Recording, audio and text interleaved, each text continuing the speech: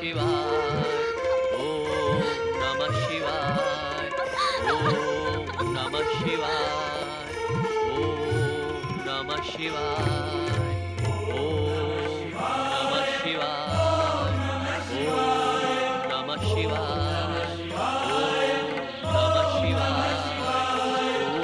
नमः शिवाय, ओम नमः शिवाय, ओम नमः शिवाय,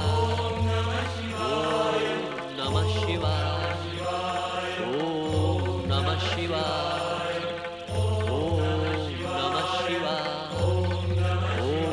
नमः शिवाय, ओम नमः शिवाय, ओम नमः शिवाय, ओम नमः शिवाय, ओम नमः शिवाय, ओम नमः शिवाय। स्वामी, आंखें खोलो स्वामी। इस दासी की दुर्दशा तो देखिए स्वामी। स्वामी, स्वामी, मन, पर, वचन और अग्नि को साक्षी मानकर आपने मेरा वरण किया था स्वामी। मुझ पर कृपा कीजिए स्वामी। स्वामी आंखें खोले। आज आपको आंखें खोलनी पड़ेगी स्वामी। अपनी समाधि को विराम देना ही पड़ेगा। आंखें खोलो स्वामी।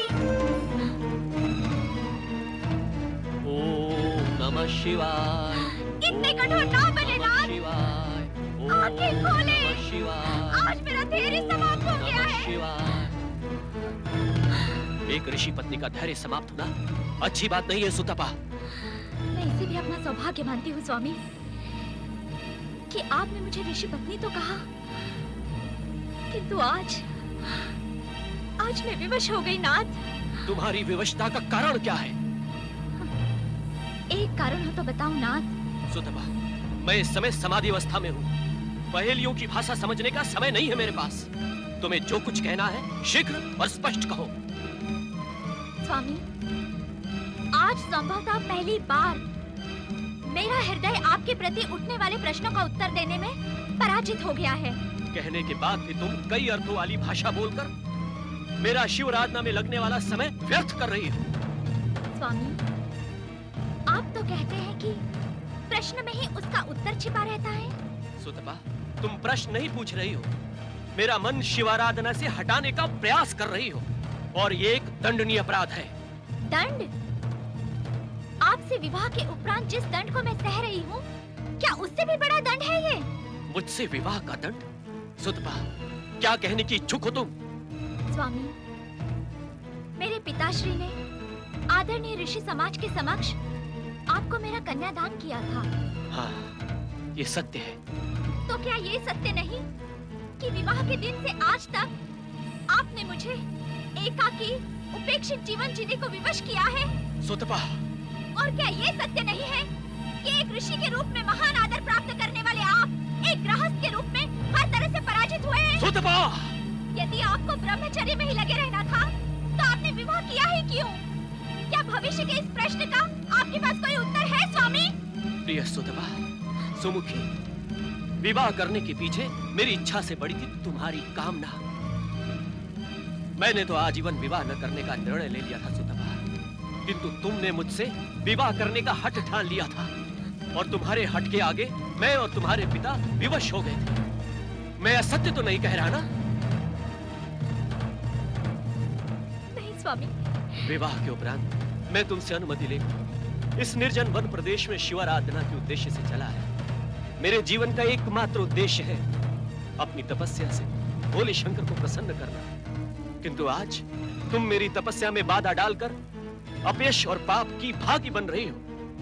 ये सत्य है नाथ कि मैंने आपसे विवाह करने का हठ किया था, जिसका उद्देश्य था संसार के कल्याण के लिए आप जैसा तेजस्वी पुत्र प्राप्त करना, किंतु विवाह के दिन से आज तक आपने मेरे उद्देश्य का सम्मान नहीं किया, मेरी इच्छाओं को स्वीकार नहीं किया आपने। ये तुम क्या कह रही हो सुतपा? मैं सत्य कह रही हूँ नाथ। मैं सोचती थी कि एक न एक दिन आप अवश्य मेरी भावनाओं को समझते हुए अपने पतिव्रत धर्म का निर्वाह करेंगे,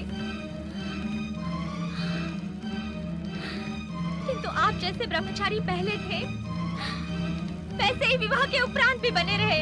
सत्य तो ये है सुतपा, विवाह में मेरी तनिक भी रुचि नहीं थी। मैं मात्र शिव दर्शन और शिवलोक की आकांक्षा में हूं। किंतु मुझसे तुम्हारा दुख भी नहीं देखा जाता, क्योंकि दुख देना ऋषियों का स्वभाव नहीं होता। अर्थात सुतपा, मेरे अखंड ब्रह्मचर्य व्रत को समाप्त होने में मात्र 1 माह शेष है, और इस समय कृपा करके मेरी तपस्या में बाधा न डालो। यदि शिव इच्छा हुई तो इसके उपरांत मैं तुम्हारा दुख दूर करने का प्रयास करूंगा।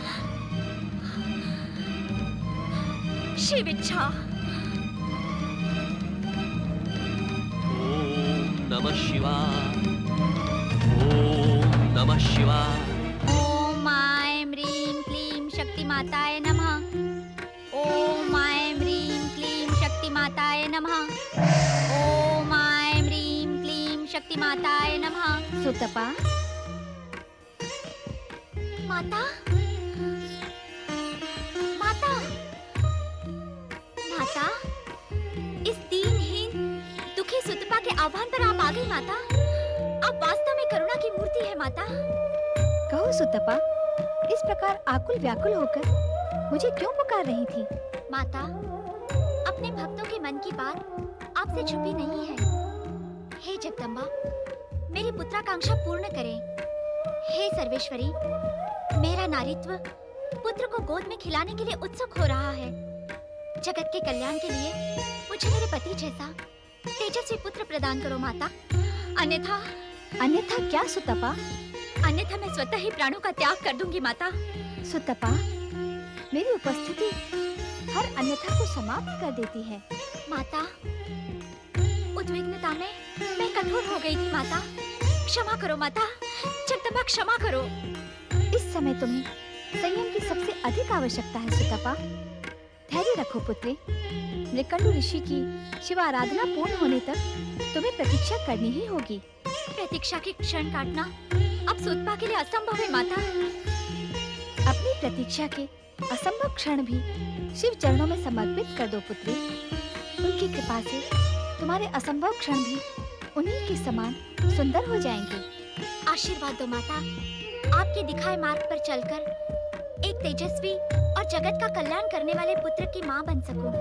मैं तुम्हें आशीर्वाद देती हूँ सुतपा कि समय आने पर तुम एक तेजस्वी जगत का कल्याण करने वाले महान शिव भक्त पुत्र की माता बनोगी। जय हो माता। माता, जय माता की। नारायण नारायण नारायण, श्रीमन्नारायण नारायण नारायण, नारायण नारायण नारायण, भजमन नारायण नारायण नारायण, नारायण नारायण। माता पार्वती आज नितांत एकाकी गगन विहार कर रही हैं। लगता है कैलाश पर अवश्य कुछ अघटित घटित हुआ है, जिसका ज्ञान स्वयं नारद को भी नहीं है। नारायण नारायण। माता, जब सौभाग्य से मैंने आपके ज्योतिपुंज की झलक पा ही ली है, तो कृपा कर मुझे अपने दर्शन का भी पुण्य प्रदान करें। प्रणाम माता। सदा जगत कल्याण में सफल रहो नारद। माता, यदि आप अन्यथा ना ले तो एक प्रश्न पूछूं? नहीं नारद, कैलाश पर कुछ भी अघटित घटित नहीं हुआ है। ना ही मेरी पति परमेश्वर से अनबन हुई है और ना ही कुछ और। किंतु क्या तुम कैलाश पर किसी अघटित के घटने की योजना बना रहे हो? नहीं माता नहीं, मैं तो मात्र आपको एकाकी गगन विहार करते देखकर भ्रमित हो गया था, परंतु मेरा भ्रम निराधार था। अब आप एक और कृपा कर दें। कहो नारद। कृपया आप मुझे ये बताएं कि आप कैलाश से आ रही हैं या कैलाश जा रही हैं? इस समय तो मैं कैलाश जा रही हूँ, किंतु तुम यही जानने के इच्छुक हो ना कि मैं गई कहाँ थी? हाँ माता। नारद, तुम्हारी जिज्ञासा का आकार तुम्हारे व्यक्तित्व से भी बड़ा हो गया है। नारायण नारायण। माता, मैं तो इसे और भी बढ़ाने का इच्छुक हूँ। अच्छा, क्यों? ये तो इस हीन नारद की जिज्ञासा का परिणाम है माता, कि उसे जगत की महाशक्तियों के पुण्य प्रदान करने वाले दर्शन प्राप्त हो जाते हैं। अर्थात तुम महाशक्तियों के दर्शनों का स्वार्थ साध कर ही अपनी जिज्ञासा को बढ़ा रहे हो। नहीं नहीं माता, जिज्ञासा तो नारद का स्वभाव बन गया है। इसमें स्वार्थ का तो कहीं स्थान ही नहीं होता, और यदि होता भी है तो वो जगत कल्याण के लिए। तुम्हारा कल्याण हो पुत्र। माता, माता आप तो मेरी जिज्ञासा को आहत करके जा रही हैं। स्वयं आप मुझे ये बताने वाली थी कि आप कहाँ से आ रही हैं।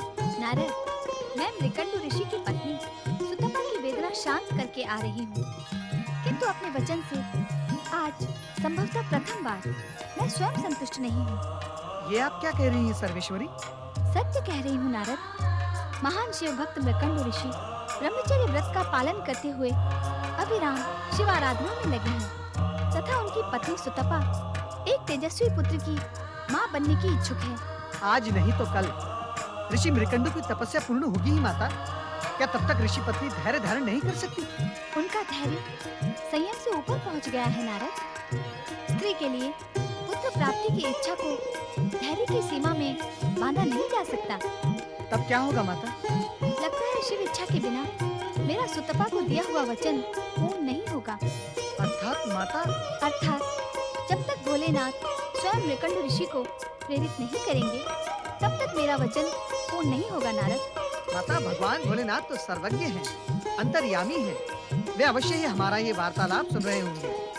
शिव जी की कृपा से ऐसा ही हो नारद।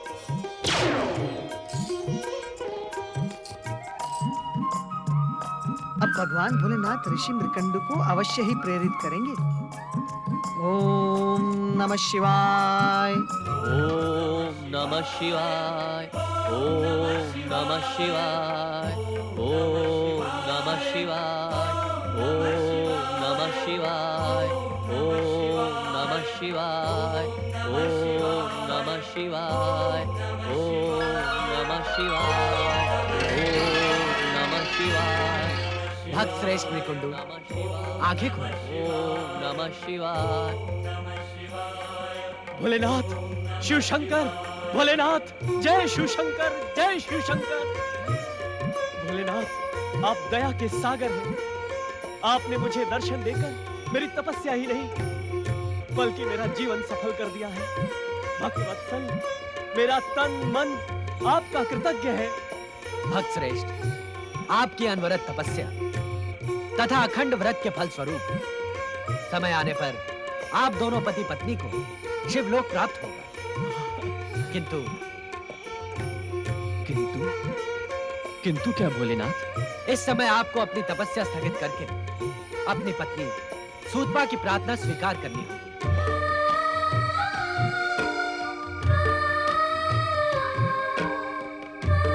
सर्वेश्वर, आप जानते हैं गृहस्थ आश्रम में मेरी कोई रुचि नहीं है, और वैसे भी इस समय मैं तपस्या के साथ साथ ब्रह्मचर्य व्रत के संकल्प की डोर से बंधा हूँ। भक्त मृकुंडु, ऐसा लगता है कि आप भक्ति की डोर से अधिक हठ योग की डोर से बंधे हैं। भोलेनाथ, ये आप क्या कह रहे हैं? हम सत्य कह रहे हैं भक्त मृकुंडु।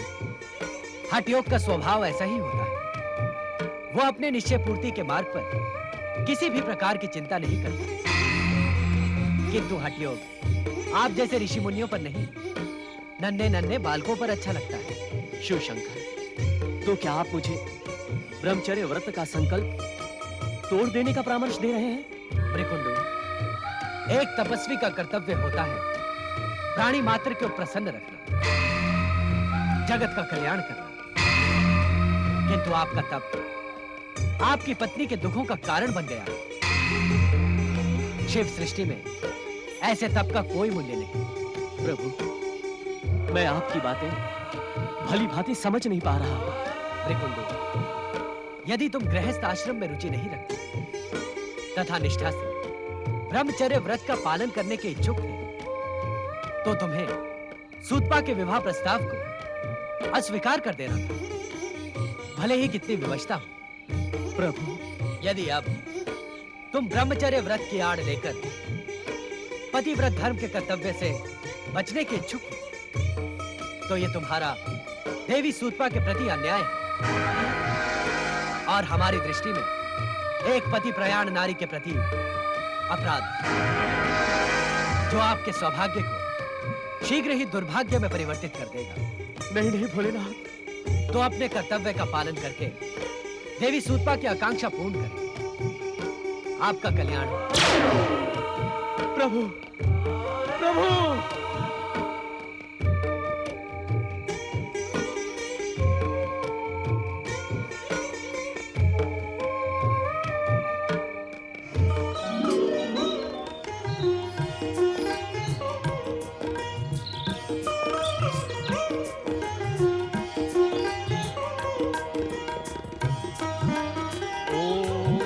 शिवाय, ओम नमः शिवाय, ओम नमः शिवाय, ओम नमः शिवाय, ओम नमः शिवाय, ओम नारायण नारायण।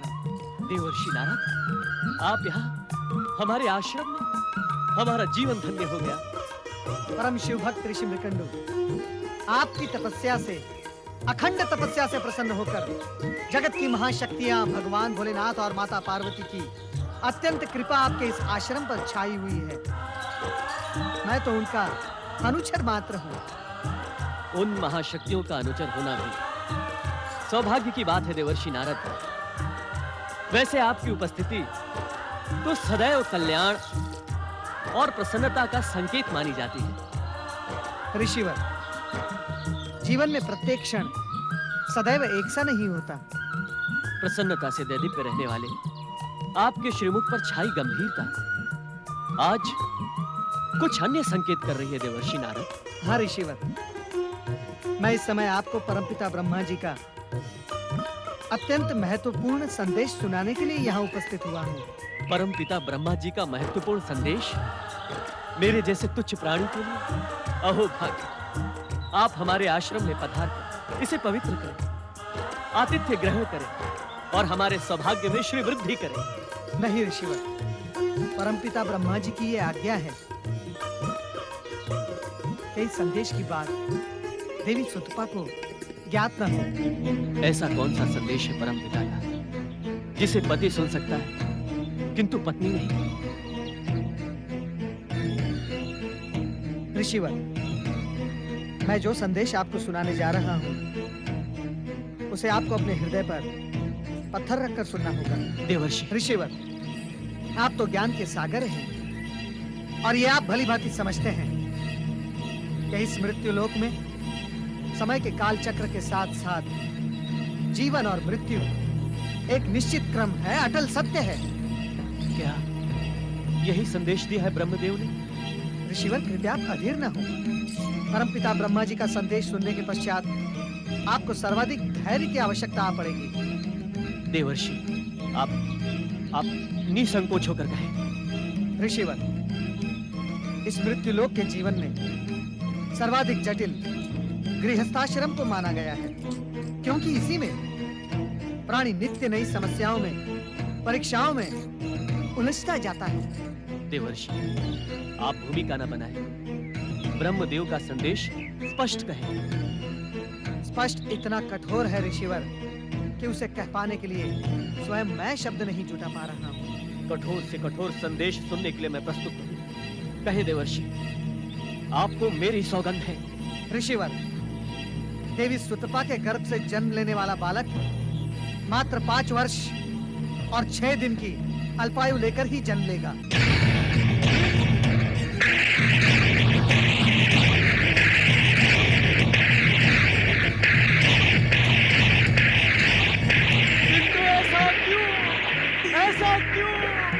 हमने ऐसा कौन सा पाप किया है जो हमें अल्पायु पुत्र प्राप्त होगा? ये विधाता का मेरे साथ अन्याय है, अन्याय, अन्याय, अन्याय। ऋषिवर, आप ज्ञानी हैं और परम शिव भक्त हैं, भला विधाता को दोष देके क्या लाभ? संकट की इस घड़ी में आप अपने आराध्य भगवान भोलेनाथ की आराधना करें। वे अवश्य आपको इस आघात को सहन करने की शक्ति प्रदान करेंगे। क्षमा करे देवर्षि, मुझे ये ब्रह्मलीला कुछ समझ में नहीं आई। ये आघातपूर्ण संदेश मुझ तक पहुंचाने का क्या लाभ मिलेगा ब्रह्मदेव को? इस संदेश से पुत्र जन्म का सारा उत्साह समाप्त हो गया, समाप्त हो गया। लगता है सुतपा के भाग्य में दुख के अतिरिक्त कुछ भी नहीं है। वो इस वज्रघात को कैसे सह पाएगी, कैसे सह पाएगी? ऋषिवर इस बात का स्मरण रहे कि इस संदेश का ज्ञान देवी सुतपा को किसी भी मूल्य पर नहीं होना चाहिए, अन्यथा गर्भस्थ शिशु पर विपरीत प्रभाव पड़ सकता है। आपने मेरे पहले प्रश्न का उत्तर नहीं दिया।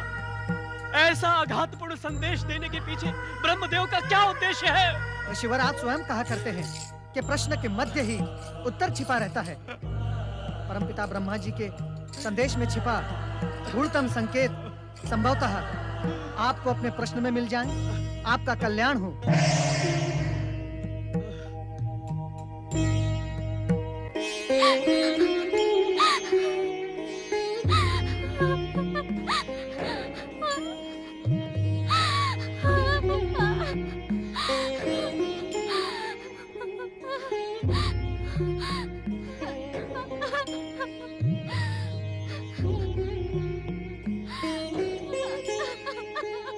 लगता है तुमने ब्रह्मदेव का भेजा हुआ संदेश नारद के माध्यम से सुन लिया है।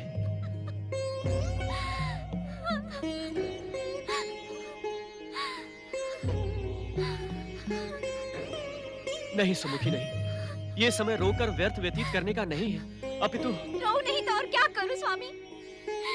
संभवतः विधाता मेरे भाग्य में हंसना लिखना ही भूल गया।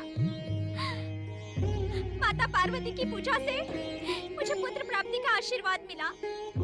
आपने भी लंबे समय तक शिव आराधना कर उन्हें प्रसन्न किया।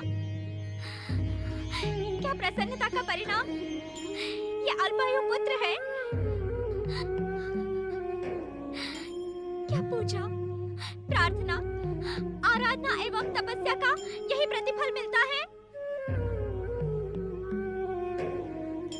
उत्तर दे स्वामी। ये प्रश्न आपसे आपकी पत्नी सुतपा नहीं, अपितु जन्म लेने वाले बालक की माँ पूछ रही है। उत्तर दे स्वामी। यदि अब भी आपने उत्तर नहीं दिया, तो भविष्य में कोई माँ, कोई पिता पुत्र प्राप्ति के लिए प्रार्थना नहीं करेगा। अपितु विधाता के इस घोर अन्याय पर उंगली उठाकर प्रश्न पूछेगा, नियंता पर आरोप लगाएगा। सुतपा, नियंता के नियमों से हम सब बंधे हैं, किंतु प्रश्न उठाने से अथवा नियंता पर आरोप लगाकर दुर्भाग्य के सिवा हमें कुछ नहीं मिलेगा। मुझे अपने पुत्र की आयु के समक्ष किसी भी दुर्भाग्य का भय नहीं है स्वामी, और जिसका दुर्भाग्य होगा वो दुर्भाग्य से भय करेगा। मेरे जीवन में तो नियंता सौभाग्य लिखना ही भूल गया। इतनी अधीर न हो सुतपा, हमें भविष्य में आने वाली विपदा को दृढ़ता पूर्वक स्वीकार करना है। जन्म लेने वाले बालक को थोड़े ही समय में अधिक से अधिक प्रसन्न रखने का प्रयास करना है, उसकी हर इच्छा को पूर्ण करना है। संभवतः विधाता की यही इच्छा है देवी। आप विधाता की इच्छा को स्वीकार करें। मैं उनके विरुद्ध संघर्ष का शंखनाद करने जा रही हूँ। मैं अपने पुत्र को कदापि अल्पायु नहीं रहने दूंगी। सुतपा, शिव आज्ञा के बाद मुझे तुम पर और तुम्हारी एकनिष्ठ भक्ति पर गर्व हुआ था। उस गर्व को खंडित न करो देवी। ये आप क्या कह रहे हैं नाथ? हाँ देवी, मैं सत्य कह रहा हूँ। आज तक विधाता से कोई नहीं लड़ पाया, होनी तो होकर रहती है ना। तो मैं क्या करूं स्वामी? जिस बच्चे की कामना में पहाड़ सा जीवन काट दिया, उसे पाकर भी नहीं स्वामी, ये असंभव है। ये घोर अत्याचार है। समझ में नहीं आता कि इतना क्रूर संदेश भेजकर ब्रह्मदेव को क्या मिला। इस संदेश के पीछे छिपे गुप्त संकेत की भाषा समझो सुतपा। गुप्त संकेत? हाँ प्रिय, पहले मैं भी तुम्हारी तरह उत्तेजित हो गया था, किंतु अब संकेत की भाषा समझ में आने लगी है। स्पष्ट कहे स्वामी, किस संकेत की बात कर रहे हैं आप?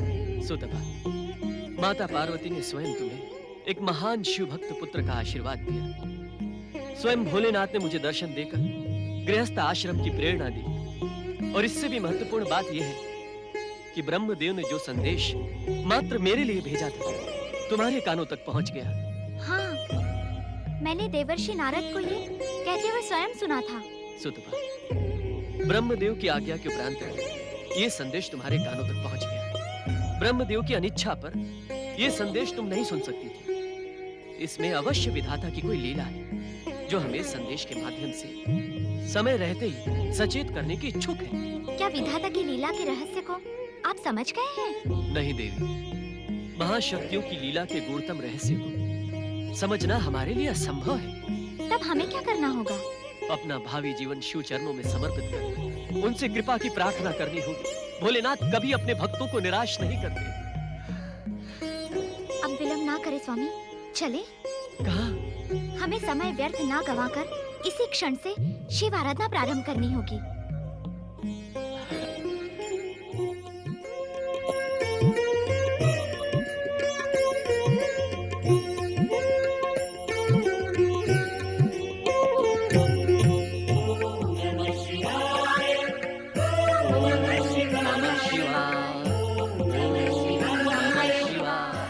स्वामी, एक बात बताएं, मेरे वचन की रक्षा के लिए आपने मृकंडु ऋषि को गृहस्थ आश्रम की जो प्रेरणा दी, उससे उन्हें मार्कंडेय जैसा पुत्र प्राप्त हुआ है। ये मार्कंडेय आगे चलकर देवी, मार्कंडेय अभी मात्र 5 वर्ष का है। उसके माता पिता उसकी बाल लीलाओं को देख देख कर निहाल हो रहे हैं। अभी उसके भविष्य की चर्चा का क्या उद्देश्य? भोलेनाथ, मैं इस समय उसी उद्देश्य को लेकर यहाँ उपस्थित हुआ हूँ। नारद, तुम्हारी इस समय उपस्थिति इस बात का प्रमाण है कि मृकंडु नंदन मार्कंडेय के साथ कुछ अघटित घट रहा है। हाँ माता, हंसता खेलता, फूलों सा कोमल, गंगा से भी पवित्र सुकुमार मार्कंडेय नियंता के नियति पाश में उलझकर मुरझा जाएगा। नारद, इस विषय पर इतनी दीर्घ चर्चा की क्या आवश्यकता है? वो बालक जो कुछ भी अपने भाग्य में लिखा कर लाया है, वो तो उसे भोगना ही पड़ेगा। मृत्यु लोक में जन्म लेने वाले हर प्राणी के लिए ये अटल नियम है। इसलिए ये व्यर्थ की चिंता छोड़ो, कोई अन्य समाचार सुनो। स्वामी, नारद क्या कहने के इच्छुक हैं? ये तो सुन ले। नहीं माता, नहीं। संभवतः है भगवान भोलेनाथ उचित कह रहे हैं। जिन बातों का उद्देश्य निर्धारित हो गया हो, उन पर व्यर्थ चर्चा करके क्या लाभ? अब आप मुझे आज्ञा दें। स्वामी, ऐसा लगता है मार्कंडेय के संबंध में कुछ बातें आप मुझसे छिपा रहे हैं। आप तो हर विषय में मुझसे चर्चा करके मुझे सुख प्रदान करते हैं, किंतु आपका संदेह अनुचित नहीं है, किंतु यह संदेह प्रेम के मार्ग को अवरुद्ध करता है।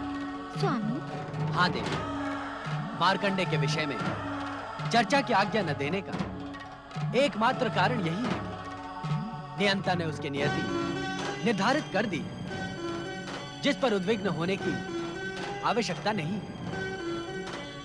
समय आने पर आपको सभी कुछ याद हो जाएगा। जय शिव जी। शिव जी का नाम सुनकर मेरा मन प्रसन्न क्यों होने लगता है पिताजी? पुत्र मार्कंडेय, शिव का अर्थ है मंगल। वो सदा मंगलकारी है और इस जगत का आधार भी शिव जी है। शिव जी? हाँ पुत्र, ये संसार इन्हीं की कृपा और इच्छा से संचालित है। मुझे शिव जी के विषय में अवश्य बताइए पिताजी। मुझे उनका प्रसंग सुनना बहुत अच्छा लगता है। पुत्र, शिवाराधना करके प्राणी घोर संकट से भी बच जाता है। अपने भक्तों की रक्षा का दायित्व शिव सदा अपने ऊपर ले लेते हैं। और शिव का स्वरूप कैसा है पिताजी? शिव जी का स्वरूप अद्भुत, अनुपम, सुंदर और सबसे निराला है। शिव जी जटा जूटधारी, शीश पर चंद्र, गले में सर्प धारण कर सदा बागंबर पहनते हैं। उनकी विशाल भुजा में त्रिशूल है और उनके मुख पर अपार तेज है। तेज? यज्ञकुंड की अग्नि के समान? नहीं पुत्र, सहस्त्रों सूर्य मिलकर जो तेज प्रकट कर सके, वैसा ही तेज भगवान शिव के मुख पर सदैव विद्यमान रहता है। पिताजी, यदि मैं शिव आराधना करूंगा तो क्या वो मुझसे भी प्रसन्न होंगे? पुत्र, शिव जी दया के सागर हैं। कृपा निधान है एवं भक्त वत्सल है। शिवाराधना करने वालों से सदैव प्रसन्न रहते हैं। उन्हें भक्ति में नियमों से नहीं अपितु समर्पण से प्रेम है। इसीलिए संसार उन्हें भोलेनाथ कहता है। पिताजी, मैं शिव आराधना कर उन्हें प्रसन्न करूंगा। आप मुझे आज्ञा दीजिए। शिव आराधना में आज्ञा की क्या आवश्यकता है पुत्र मार्कंडे?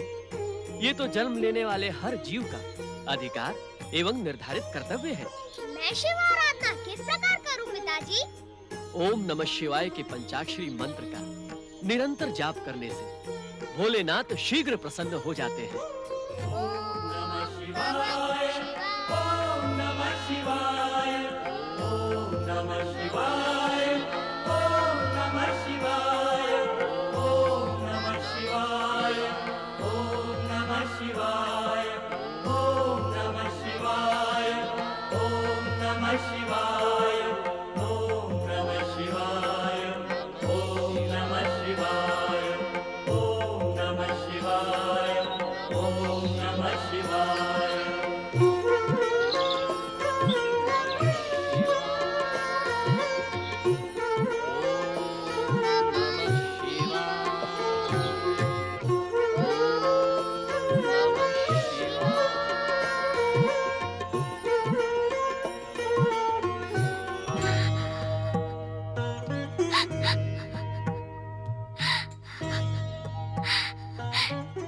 ये आपकी कैसी लीला है माता पार्वती? आपकी कृपा व आशीर्वाद से मुझे मार्कंडेय मिला।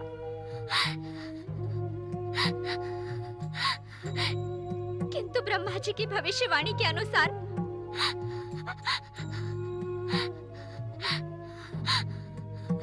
आज उसकी आयु का अंतिम दिन है। मैं उसका वियोग नहीं सह पाऊंगी। मेरे पुत्र पर कोई संकट आए उससे पहले ही मैं अपने प्राण त्याग दूंगी।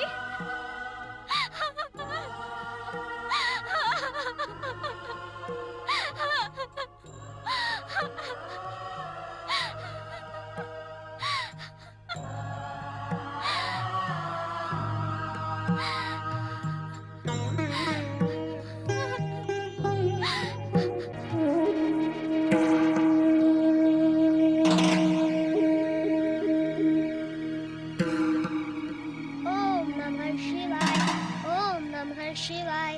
ओम नमः शिवाय। ओम नमः शिवाय।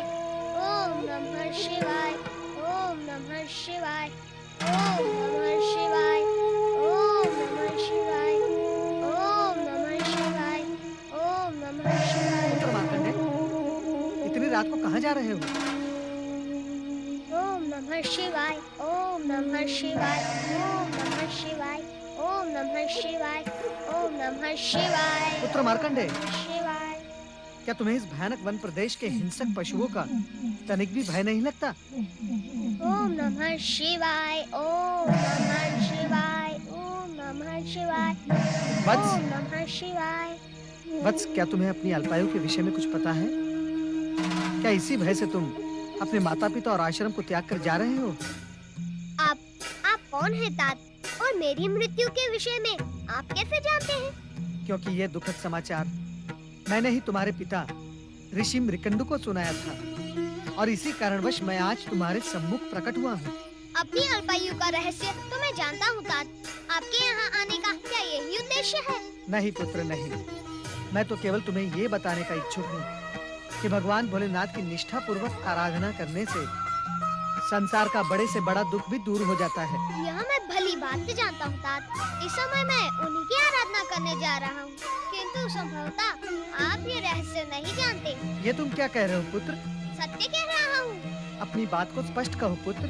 तात, यदि आप ये रहस्य जानते होते तो मुझसे ये प्रश्न कदापि न पूछते कि तुम्हें इस भयानक वन प्रदेश के हिंसक जंगली पशुओं से भय नहीं लगता। ये तो स्वाभाविक प्रश्न है पुत्र। नहीं तात नहीं, शिव आराधना करने वालों को जंगली पशु तो क्या काल से भी भय नहीं लगता। धन्य है तुम्हें तुम्हारे पिता ऋषि मृकंडु का दिया हुआ ज्ञान। धन्य है पुत्र, मैं तुमसे पराजित हुआ। मैं तुम्हारी सहायता करने का इच्छुक हूँ। इस समय मुझे सहायता की नहीं, सहानुभूति की आवश्यकता है तात। सहानुभूति?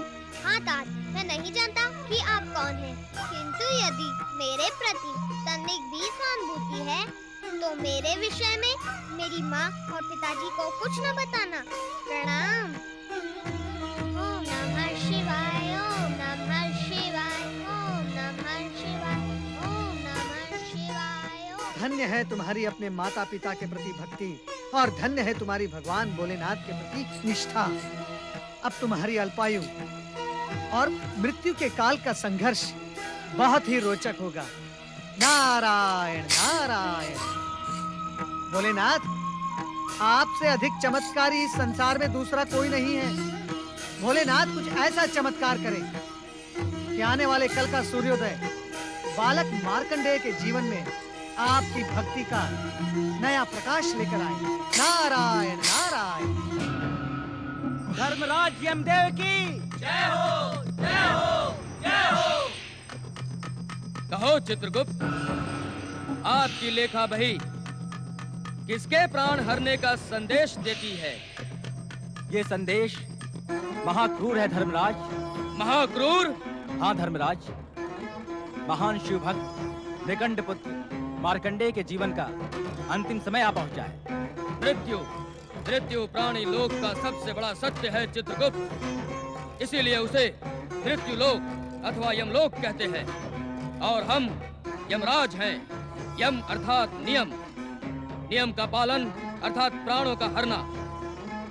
प्राण हरना हमारा कर्तव्य है। कर्तव्य में भावनाओं की नहीं, पुरुषार्थ की आवश्यकता होती है। जानता हूँ यमदेव, आप मार्कंडेय के प्राण हर लाने का प्रबंध करें। उचित है। यमदूतों, महाराज यमदेव की जय हो। पृथ्वी लोक जाओ, त्रिकंडु पुत्र मार्कंडेय के प्राण लेकर अविलंब यमलोक लौटो। जो आज्ञा स्वामी।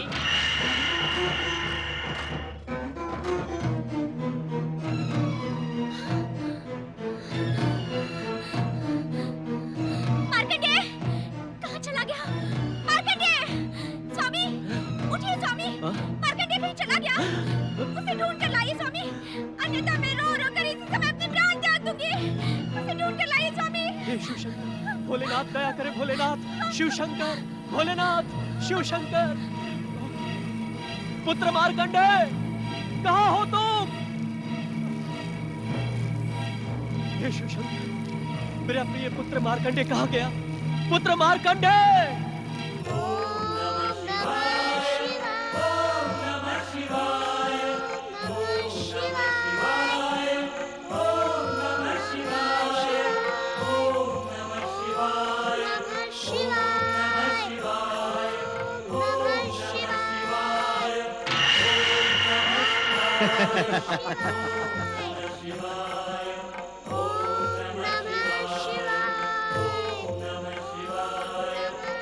यही है वो बालक मार्कंडेय।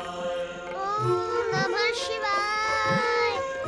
इसकी आयु पूरी हुई, चलो इसके प्राण हरते हैं। किंतु ये तो निष्ठापूर्वक शिव आराधना कर रहा है। ओम नमः शिवाय। शिव आराधना हमें हमारे कर्म से विमुख नहीं कर सकती है मित्र। उस पर मृत्यु पाश फेंको।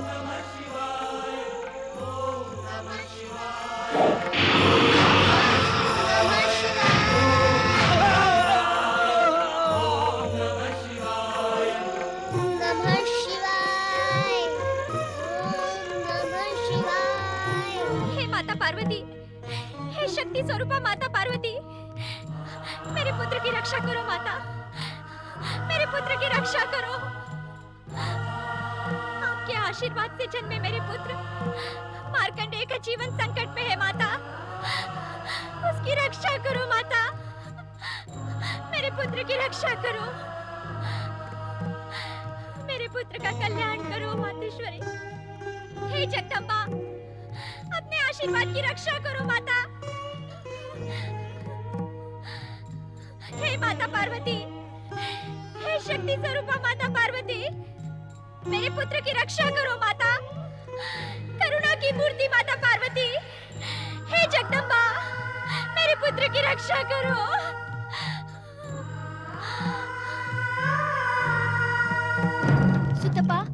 निश्चिंत रहो, मैं आ रही हूँ।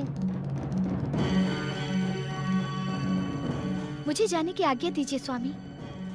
सूतपा के पास जा रही हो देवी? हाँ स्वामी, एक माँ की वेदना एक माँ ही जान सकती है। स्त्री के जीवन में सबसे महत्वपूर्ण होता है मातृत्व।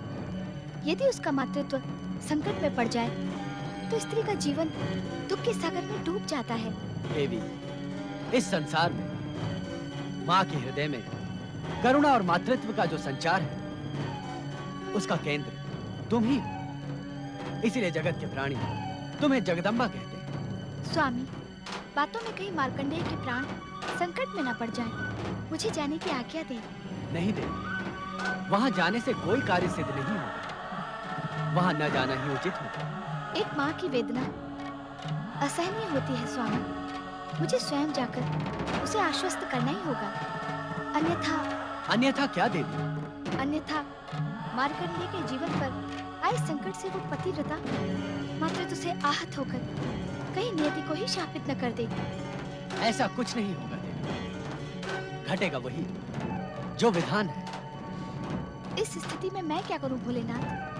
सुतपा की व्यथा से मैं स्वयं बहुत चिंतित हूँ।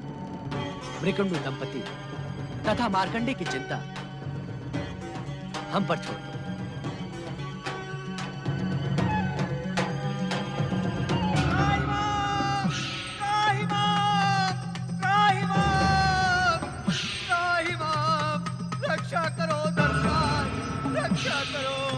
क्या बात है यमदूत, तुम तो मार्कंडेय के प्राण हरने गए थे। उस चमत्कारी मायावी मार्कंडेय के नाम से ही मुझे भय लगने लगा है स्वामी। बकवाद ना करो और अपनी बात स्पष्ट कहो। स्वामी, जो ही हमारे सहयोगी मित्र ने उस मायावी मार्कंडेय पर यमपाश फेंका तो उसके सामने के शिवलिंग से भयानक ज्वालाएं निकली। यमपाश ने पलटकर हम पर ही प्रहार किया। मेरा मित्र यमदूत अभी भी वहां अचेत पड़ा है। मुझे विश्वास नहीं होता कि तुम सत्य कह रहे हो। आज तक ऐसा कभी नहीं हुआ कि यमदूत प्राण लिए बिना लौटे हों। ये अक्षर से सत्य है स्वामी। शांत रहो। तुम्हारी पराजय ने यमलोक की परंपरा को कलंकित किया है, जिससे हम अधिक चिंतित हैं। अब हम स्वयं मायावी मार्कंडेय के प्राण हरने जाएंगे। स्वामी आप? हाँ, हम। यदि सृष्टि के नियमों से खिलवाड़ किया गया तो तीनों लोकों में अराजकता फैल जाएगी। प्राणी के मृत्यु में एक क्षण का विलंब भी सृष्टि की व्यवस्था को अस्त व्यस्त कर देगा। पाश, हम स्वयं जाएंगे।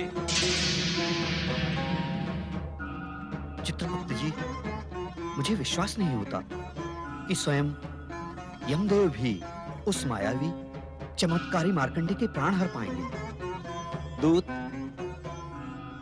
मृत्यु से आज तक मृत्युलोक में जन्म लेने वाला कोई भी बच नहीं पाया है। होगा वही जो नियंता की इच्छा हो। नमः शिवाय।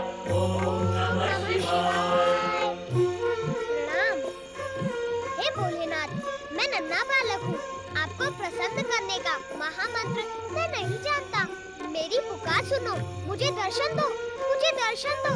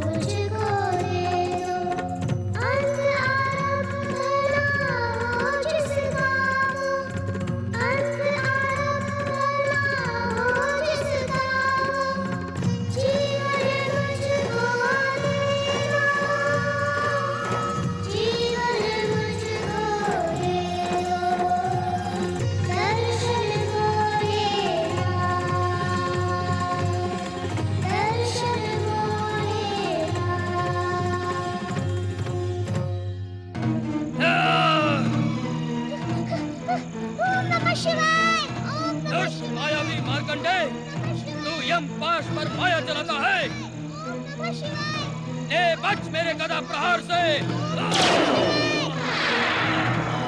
नमः शिवाय।